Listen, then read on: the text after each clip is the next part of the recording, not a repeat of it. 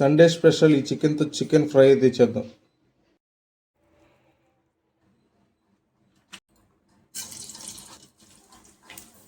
Onions వేసేద్దాం, టమాటా వేసేద్దాం, అల్లం చిన్నులపాయల పేస్ట్ వేసేద్దాం, ఇంకా చికెన్ యాడ్ చేద్దాం.